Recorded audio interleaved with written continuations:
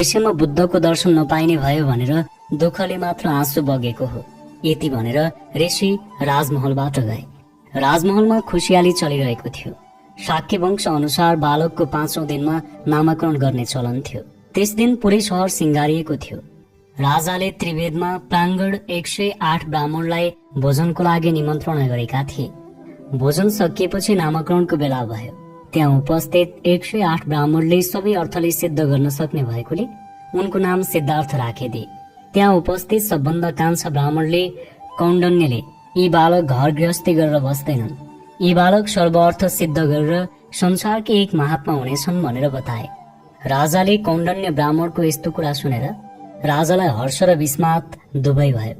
आफूले बुढेसकालमा पाएको छोराले सर्वज्ञ बुद्ध भएर संसारकै गुरु हुनेछन् भन्दा त खुसी भए, तर राजकुमार भएकोले गृहस्थी त्याग्नेछन् भन्ने कुराले उनी दुखी भए।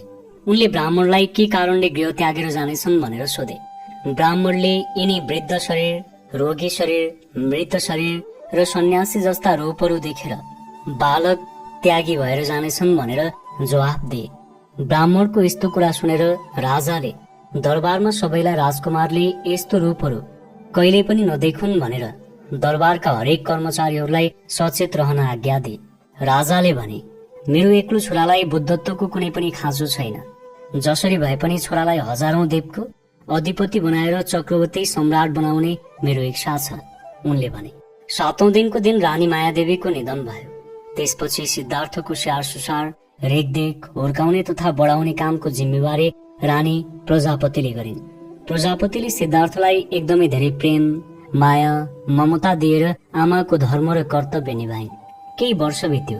एक दिन कपिलवस्तुमा खेती गर्ने उत्सव थियो। आषाढ महिनामा पर्ने यस उत्सवमा राजाले पनि हलो चलाएर खेती गर्नु पर्थ्यो। उत्सव हेर्नेको भिड लाग्थ्यो।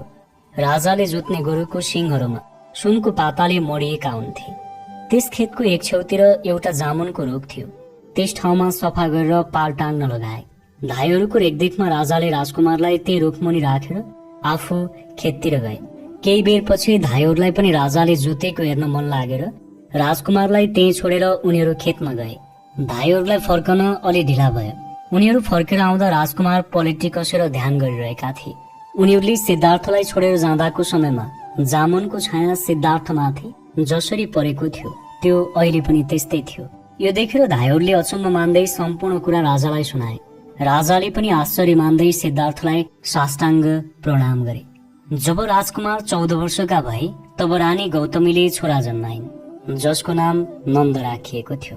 नन्द जन्मेको उपलक्ष्यमा सारा महलमा खुसियाली छाएको थियो। सिद्धार्थ पनि भाइ प्राप्त भएकोमा प्रसन्न भए। सिद्धार्थका काकाको छोराको नाम देवदत्त र आनन्द थियो। त्यस्तै नातेदारमा भाइ पर्नेहरूमा महानाम, भद्य र किम्बिल थिए। सिद्धार्थ आफ्नो पढाइमा अब्बल थिए।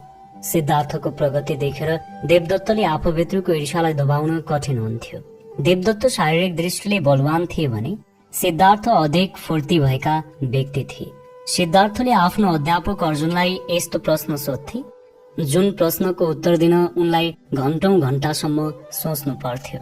सिद्धार्थले संगीतको र प्रकृतिको त वरदान पाएका थिए। उनका संगीतका अध्यापकले उनलाई दुर्लभ एवं मूल्यवान वंशीको उपनाम दिएका थिए। उनी एक्लै बसेर बेलुकाको समयमा बाँसुरी वादन गर्ने गर्थे। रानी गौतमी आफ्नो छोराको संगीत सुन्ने उद्देश्यले बेलुकाको समयमा प्राय बाहिरै बस्ने गर्थिन्। जब उनी आफ्नो हृदय सिद्धार्थको संगीतको साथमा बगाउँथिन् तब उनलाई सन्तोष प्राप्त हुन्थ्यो। उनले ऋग्वेद र अथर्ववेदको विशेष रूपले अध्ययन गरे। उनले ब्राह्मण र उपनिषद सहित अन्य धर्म ग्रन्थको पनि गहन अध्ययन गरेका थिए। जब विद्यालयको छुट्टी हुन्थ्यो